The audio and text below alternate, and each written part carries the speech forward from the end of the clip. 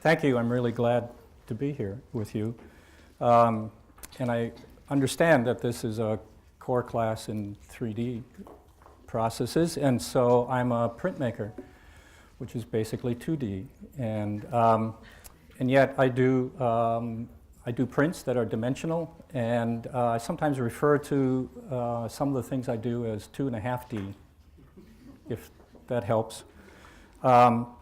So I'm going to just show you a lot of stuff that I hope is of interest, and I'll also start with, I'll apologize once for the quality of some of the slides. They were scanned from actual slides, and so the quality's, I know, not real good on everything, because I'm going to show you some really old, embarrassing stuff that I did a long time ago that can't be photographed anymore with new technology. So I thought a title for this might be Changing Dimensions. I'm also going to talk, sort of buried in between the examples of artwork that I've done, there I'll have references to where I've been or what I was doing, and I'm interested in talking a little bit with you about how you start a creative life and you don't really know where it's going to go. I certainly didn't. But it's all good. It all kind of works out. So there's hope. Once upon a time, in a Dairyland galaxy far, far away, a very naive young man left the study of science for art and discovered printmaking. Graphic media, it turns out, turned me on. They were and are my plasma, my hot fudge sundae with brownie and nuts and caramel sauce and a bright red cherry on top with whipped cream. Printmaking is my dark chocolate. It sends surges of endorphins through my challenged brain. Put me in a room with a Vandercook press and type or a beater and a good paper mold, and I'm gone. I love ink and paper, although that doesn't mean I'm strictly a two-dimensional guy. As a backwater, sheltered, small-town young art student, I also discovered a love for art that was about something, like Picasso's Guernica, for instance. I grew to admire the power of Goya's Disasters of War prints. And along with Goya, I learned to appreciate the works of Honoré Daumier, Katie Kollwitz, John Hartfield, George Gross, and many others. I soaked it up. This was at the University of Wisconsin-Madison, which was and is a first-rate school. When I was studying chemistry, I was in one of the top 10 chemistry programs in the country. And when I switched to art, I was in one of the top 10 art programs. But I have to say that I was taught without critical discourse, at least as we know it today. I was not trained to think too much about why I did things, except formally. Being creative and pushing boundaries, whatever that meant, was enough. In a first-rate art department, I was taught how to do things, and it seemed to be assumed that what I did and why were up to me, and were simply there because I was an educated and talented human being pursuing art. It was years before I could examine critically what I did and why and what the effect was. This was the late 1960s. For my bachelor's degree, and early 1970s for my master's. And I just knew at the time that there were things going on, and there were things that I had to do and say. I also saw Bill Wiggy, who became one of my professors, create the series of prints he eventually called the Pieces Patriotic Portfolio, in which he attacked President Johnson and Defense Secretary McNamara, sometimes on a daily basis. This work let me know that, like the previous examples, printed art could be about such things, and it was probably responsible for my eyes being open to the possibilities.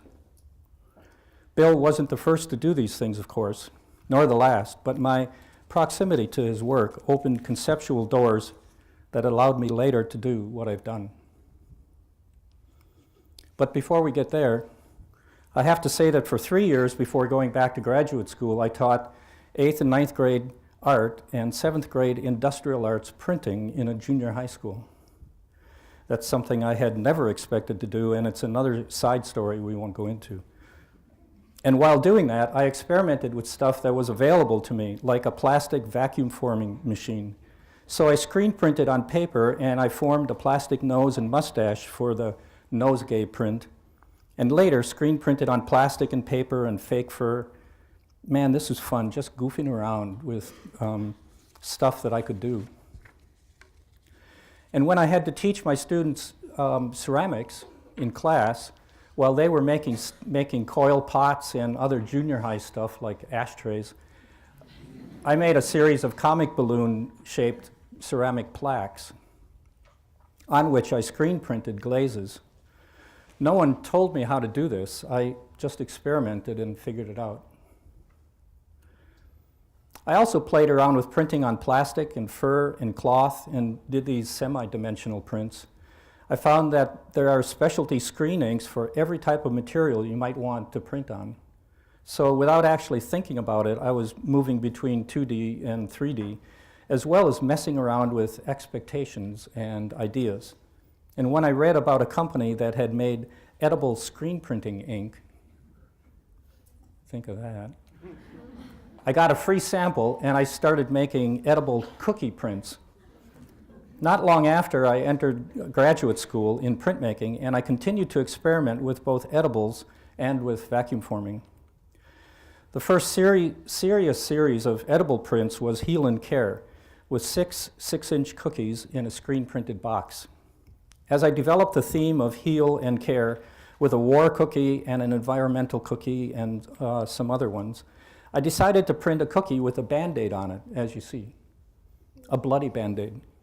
And it turns out that some people were actually made nauseous by this cookie. Seeing a bloodied Band-Aid and knowing that it was edible was just too much for them. And I thought, maybe I've stumbled onto something here. That was followed by some other things, like a sampler of organ cookies, also playing on the idea of edibles that may be disgusting, and a more lighthearted bag of balloons. I've loved comic art for a long time and have often worked elements into my artwork. And then I wanted to do a gingerbread man-shaped cookies of personal heroes. And knowing that they could break easily, I vacuum-formed plastic trays to hold them and placed them in a bound box with a title cookie. This got me thinking. Meanwhile, the Watergate hearings on the new radio network, NPR, were on daily in every studio in the art building. And this guy was kind of hard to avoid. So I made a Nixon cookie and set up a stand on the campus mall with a sign that said, "Eat Nixon, $1. They didn't sell very well because in 1972, $1 was way too much to pay for a cookie, and it was way too little to pay for a piece of artwork, especially artwork that might not last. So people would say, you know, if you dipped it in plastic, I would buy that. And I'd say, that's not the idea. You're supposed to buy it and eat him and digest him and the rest. So I didn't sell many, but there was a lot of appreciation and attention. So then, when I made those plastic trays for the other piece, it occurred to me that I could make a whole vacuum-formed plastic print with cookies in it that, when eaten, would still leave the print. So the first one I did, called Moonshot, has 4 moon rocket launch cookies across the bottom. You could hang it on the wall, eat the cookies, and still have the print. That was followed by a companion piece with the world and continent cookies. The vacuum-formed fingers with the cat's cradle were a bit of a technical challenge that I was quite proud of, as was printing colors on flat plastic in shapes that would match the shapes of the molds when it was formed. I have to think about that. The third in the series was a galaxy print with star cookies, the moon, the earth, and the stars. I also did a vacuum-formed landscape of Vietnam with a B-52 bomber and bomb cookies and a dead baby cookie. Playing again with the idea of making something edible that one would not want to eat. It tended to repulse people, and that was the idea. I was process-oriented, thrilled to discover media and methods, structures and materials, and some prints were more whimsical and played with underwear imagery.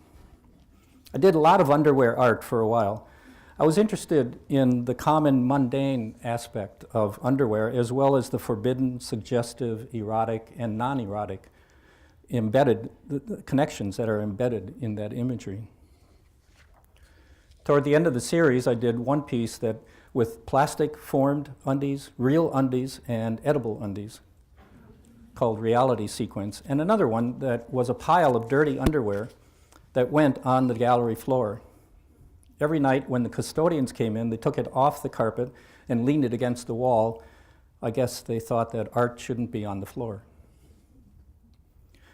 When I stopped making the cookies and made plastic prints that stood on their own, some of them looked at playfully at political events like these two. And parenthetically, this is the test sheet of the mold that I used to determine how to print distorted color areas and match the formed shapes. Politics was never far away. Remember the Watergate hearings on the radio and the action in the streets in Madison while we worked in the art building. When we saw the tear gas canisters go off below us, we knew we had 30 minutes to clean up and leave before the gas made it into the ventilation system. At the same time, having been doing letterpress printing for some years, I established my Cabbage Head Press, imprint, and the first book I published, my first artist book, when I didn't even know the term, was The Politics of Underwear. A little lighthearted romp through underwear images printed and embossed on handmade paper, and brief text saying basically that things could be better in this country. I believe they still can be. In other lectures about my work, I talk about where did I get the idea that I could or should make this kind of art. But today, I'm just showing you a lot of stuff to let you know what an unpredictable trip I've been on and what that you may be embarking on. After receiving my master's degree, I continued making vacuum form prints, mainly just to keep experimenting with the processes. I printed in my basement or back porch, one of the wonderful things about screen print. I don't think they're all very good, but I had fun and I learned something about idea development, research, technique, and production, and also about getting into shows and not getting into shows. I worked for a year during this time in a commercial print company and for half a year as a staff artist at a public library.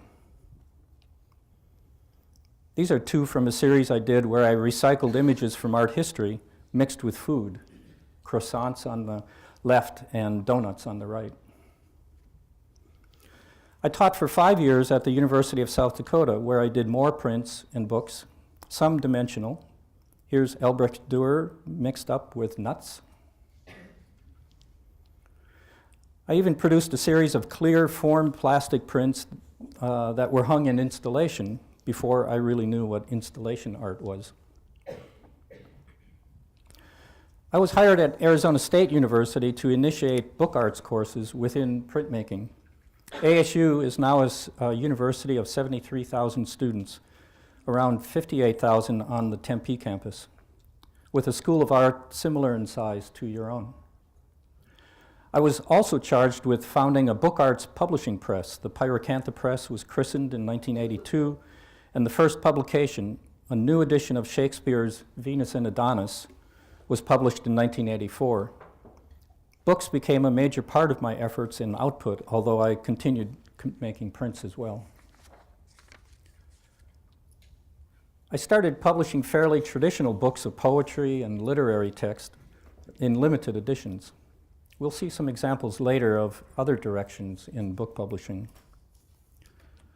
At one point, my seemingly innate need to break the picture plane led me to do prints with attachments, and the political ideas were never far from the surface. I don't have enough time to discuss this guy, on whom I lay a large portion of the blame for our current economic crises. But this print about him and his Contra War in Nicaragua, with screen print attachments speaks for itself. The evidence of official wrongdoing, lies, and secret government mounted up and was hard to ignore.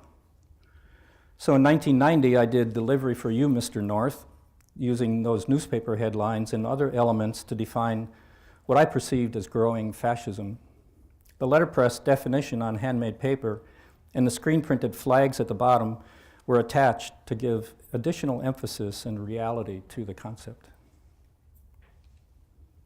In 1996, Margaret Prentice and I collaborated on an artist book titled Spiritland, created out of concern for the depletion of our natural environment. Peggy, who's one of the founding twins of the Twin Rocker paper mill, teaches papermaking and printmaking as I do, so she made paper out of Oregon plant fibers, where she lives, and I made paper from Arizona plant fibers. She printed woodcuts on these shaped papers, showing the very different landscapes of each state. Further inside the book, I printed lists of endangered plant species of Arizona and Oregon. Even further in, I printed a poem on the Arizona side written by an Arizona writer, Gary Nabhan, about the environment, and another poem on the other side by an Oregon poet, Kim Stafford. Signed by the artists and writers in an edition of 50, the book is held in a paper folder made from mixed fibers and dirt from both states. We designed the book as a dimensional object that must be handled and turned frequently, providing viewers with a tactile experience in touching the fibrous paper. This makes them more aware of the subject and content than a simple book on plain paper would. Our use of content-specific paper makes the book a much more effective political artwork than a straightforward presentation of the poems and the scientific facts would be. A few years later, I used some of the same ideas in the Pyracantha Press book publication Eco Songs, a collaboration with a Macedonian composer, Dmitry Buzarovsky. Dmitry created a song cycle based on 6 poems about man's relationship to the environment. When we decided to create an artist book based on it, I wrote to paper makers all around the world and asked them to send me local plant fibers for papermaking. Dan Mayer, the Pyracantha Press staff printer and shop manager, and I then separated the 42 different fibers into groups and made the 5 papers for the different parts of the book. Hops from Germany, Polish hemp, water hyacinth from Bangladesh, Daphne from Kathmandu, bark fiber from Zimbabwe, other fibers from Australia, China, Japan, the Philippines, Italy, New Zealand, Denmark, even rhinoceros dung from South Africa and bison dung from the Canadian Arctic Circle. All were beaten into the pulps for the papers in this book. Thus, the paper of the book represents the ecology of the world, which is what the text and the music are about. Like Spiritland, holding and handling and reading this book are tactile experiences that deepen the reader, viewer, listener's understanding and appreciation of the concept. This is a collaborative artist book I made with Beauvais Lyons and John Nolt, created during a 1-week guest artist visit to the University of Tennessee, Knoxville. The subject is the effect on the environment, especially that of East Tennessee, of transportation. Cars, trucks, petrochemicals, highways, living patterns, and so on. Fictional text on the 2-sided accordion has factual footnotes in a codex section. Images are borrowed from various sources. Pages and cover are screen printed with dirty motor oil, which will continue to stain the book in reflection of the continuing long-term effects of transportation on the environment. Also screen printed on the interior pages is fine red Tennessee dirt in flock adhesive in the shape of a tire track. The lines between art, advocacy, information, and documentation are somewhat fuzzy, but it was a lot of fun to make. Here are 3 more recent Pyracantha collaborations. Noisy by Nature is a pair of sound poems by performance poet and rock DJ Mary McCann. Time Square by Buzz Spector is a fabulous book of torn pages, and Moon Journey is a book of photographs by Claudia Smigrad with text by Jake Dingman and music by Sam Dingman. Our current collaboration at the press is a project with 2 local architects on the subject of urban sprawl. This is a Cabbage Head Press piece done in 1996 about the world arms trade for a hand paper making magazine portfolio. It turned out to be important in unexpected ways. It contains facts about global arms sales, like the top 10 arms exporting nations. We're number 1. And lists of the weapons sold and other facts. It's printed on paper made from the recycled currencies of the top 10 arms exporting nations, mixed with clothing of victims of armed conflict, like the cotton skirt of a South African woman who was murdered by the security police in 1985, and clothing from Iraqi Kurds who were killed when the Iraqi army shelled their village and drove them into southern Turkey. I designed it as a folio print that must be open to be viewed, and you can see it on the table up here after the lecture or in the exhibition at Print Press. The power of touching the paper in this print and its unexpected emotional effect on people holding it became the basis for my recent series of landmine prints. But before we look at those, this accordion book from 2002 is worth considering. Sometimes I find that political artwork comes out of anger.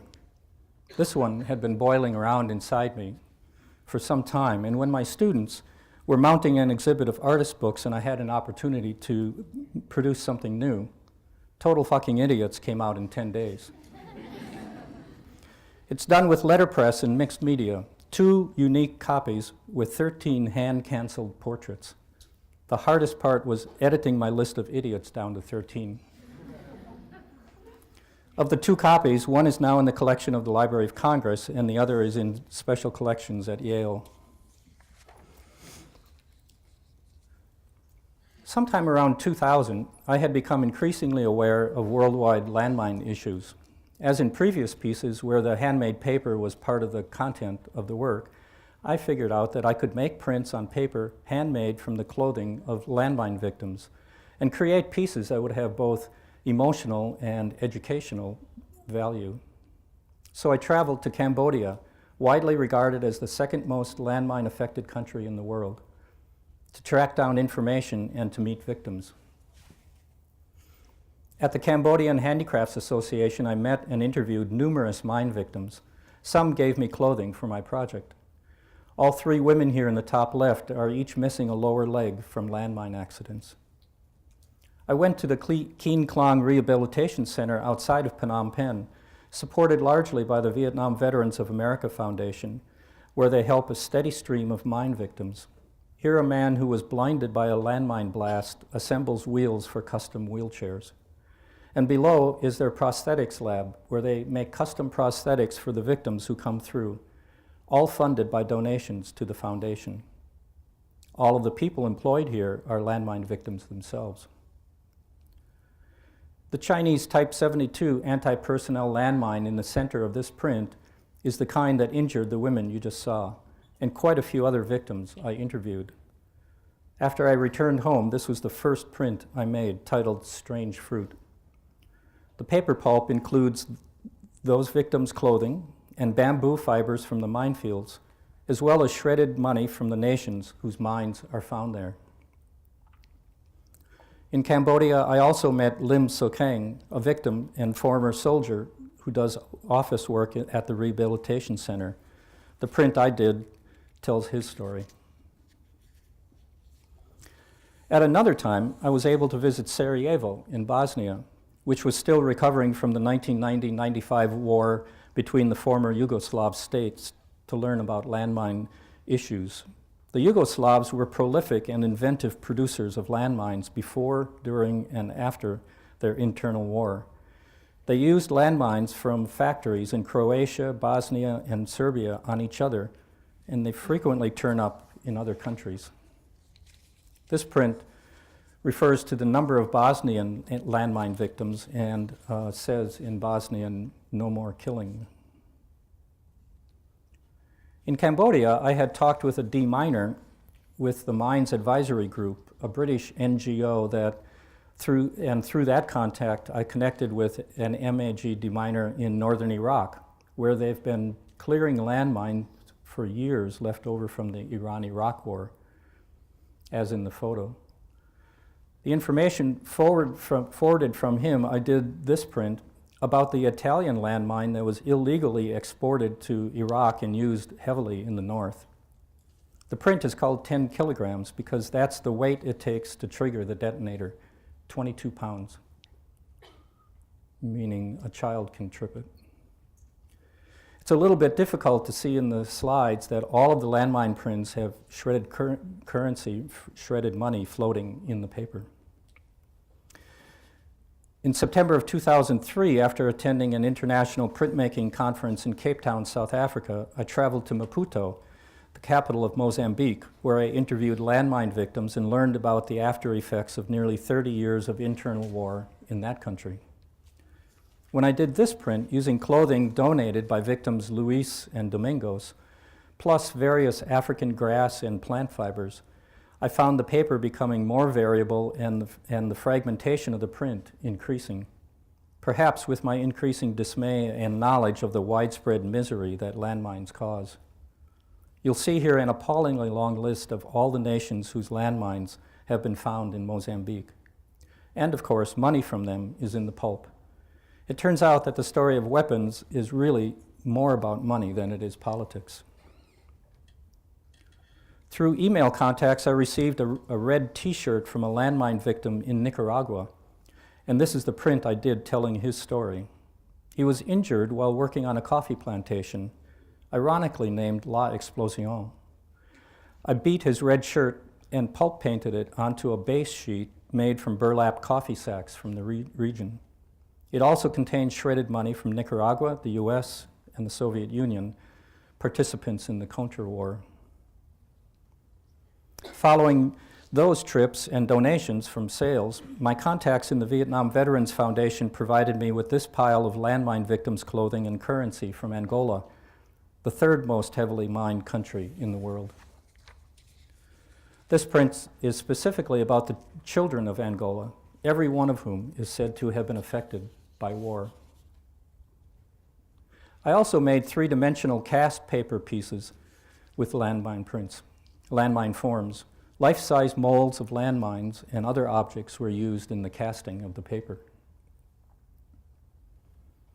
I also found that by embedding type in the plaster mold, I could print and cast paper at the same time.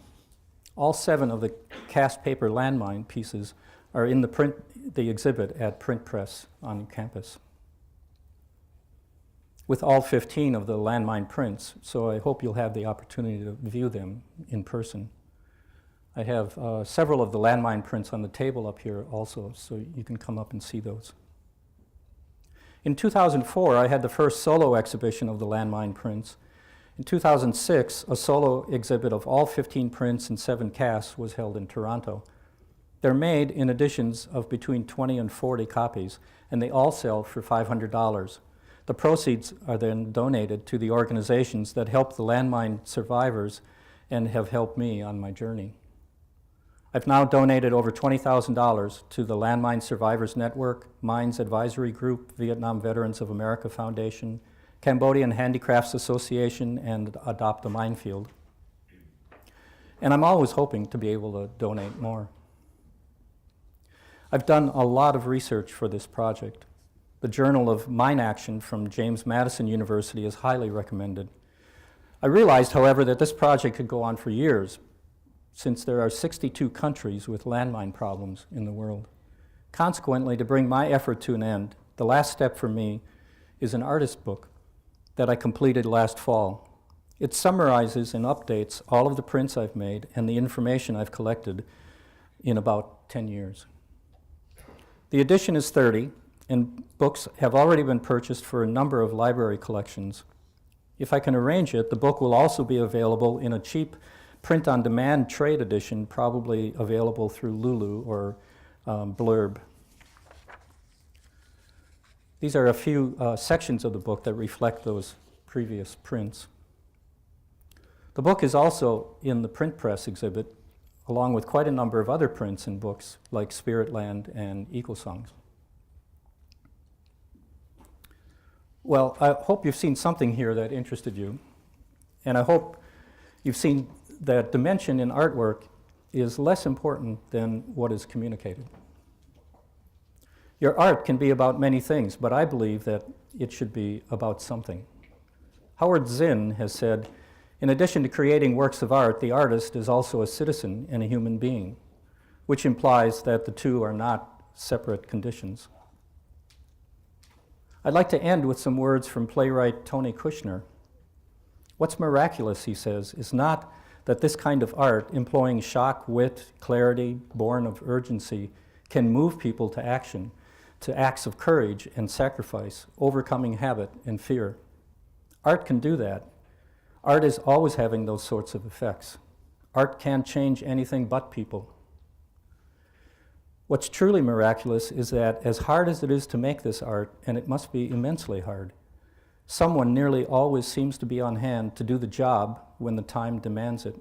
Consider the miracle of John Hartfield, Katie Kollwitz, Alexander Rodchenko, Kazimir Malevich, Vladimir Tatlin, or the designers of Act Up's Silence Equals Death. The time arrives for a silent truth to become a public truth, a collective truth. The presence of great human need bids the time arrive. The time has indeed arrived. Again, I'll see you in the streets and at the press. Thank you.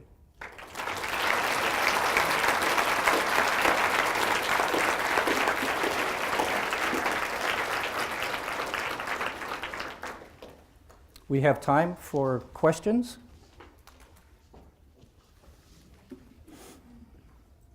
I have one. No.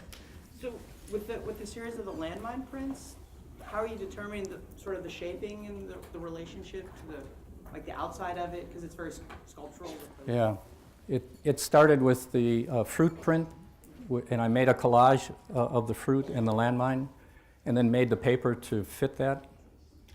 It was just intuitive, and the next thing I knew, every print was taking its own form, its own shape, and I didn't realize until I was halfway through the project that not using the rectangle was appropriate for this project because everything is fragmented in the world of landmines, including the victims' bodies.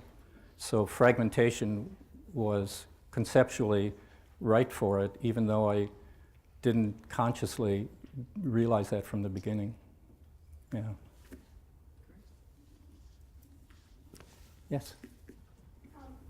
In the exhibition at Print Press, you show the landmine series, and occasionally for some of the countries there is more than one print created.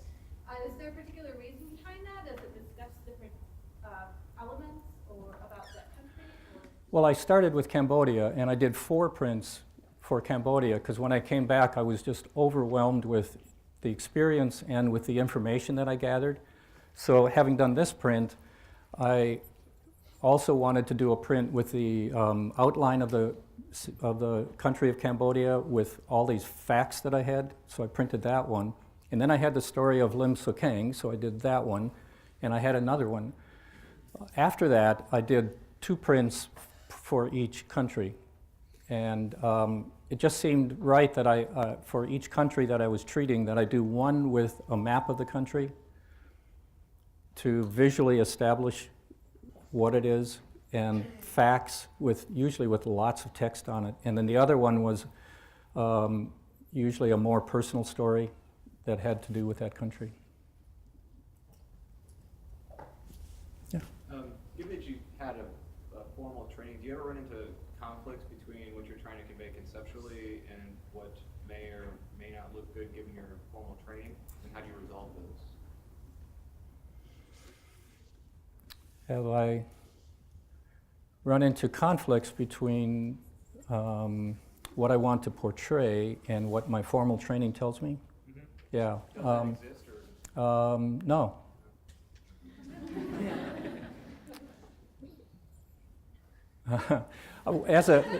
When I was a student,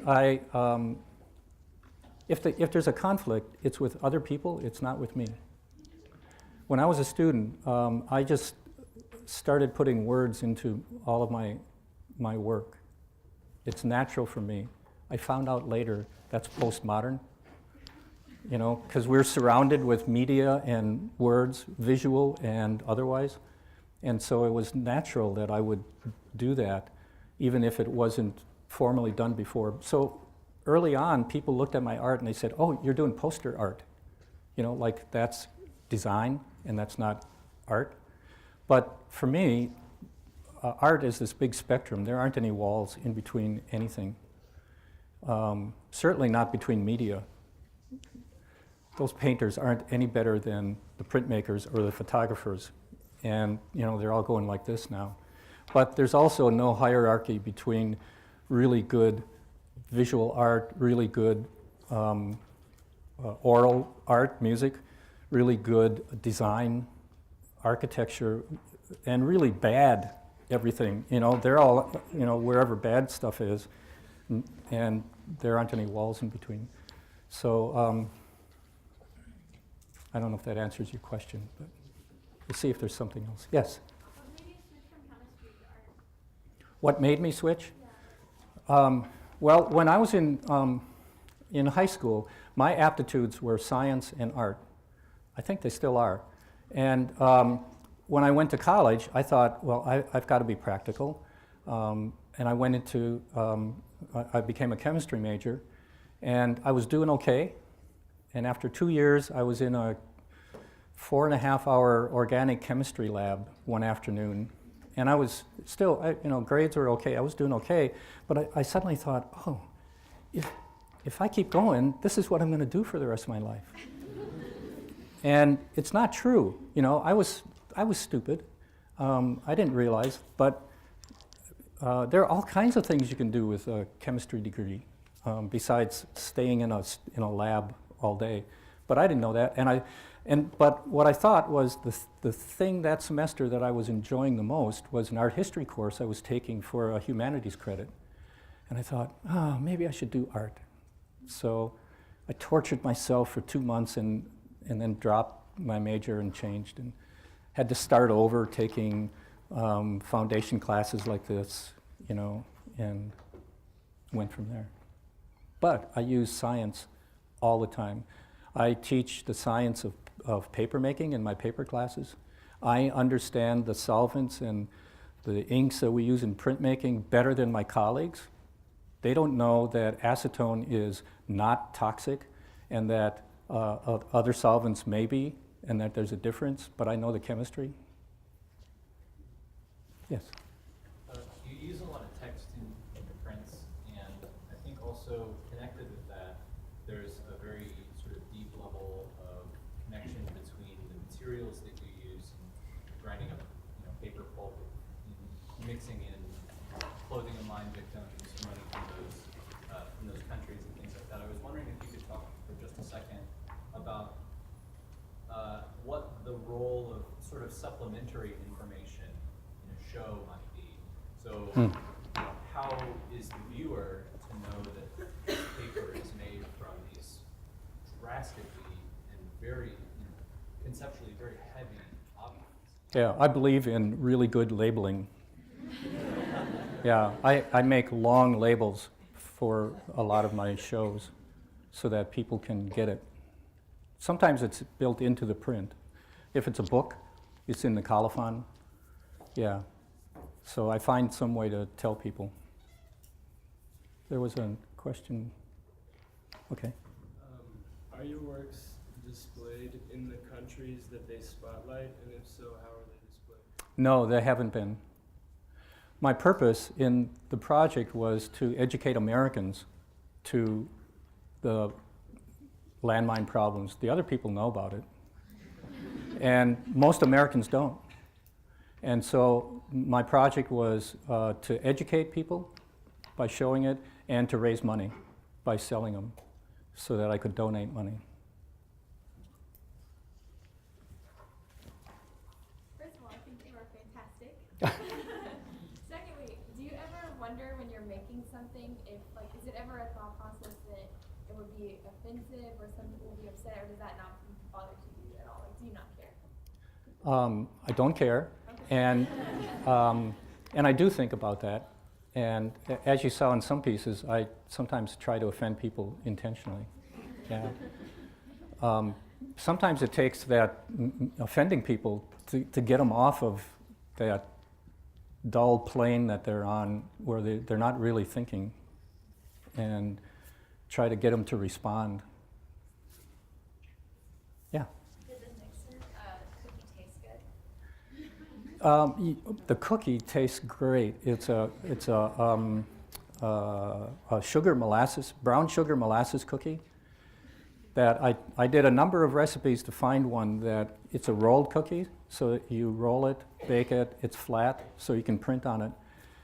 But it's sturdy, so they don't break as easily as sugar cookies do. The inks themselves are a little bitter, so if there's a cookie with a lot of ink on it, that had a bitter aftertaste. Yeah, which, you know, in the case of Nixon would be okay. Yeah. Do they still make these edible screen printing inks? I'm sure they do, because they're made by a company that makes them for the candy trade. And they make candies, you know, the hearts that say, you know, I love you and all that stuff. They're screen printed with edible inks. So they make them. You can get them.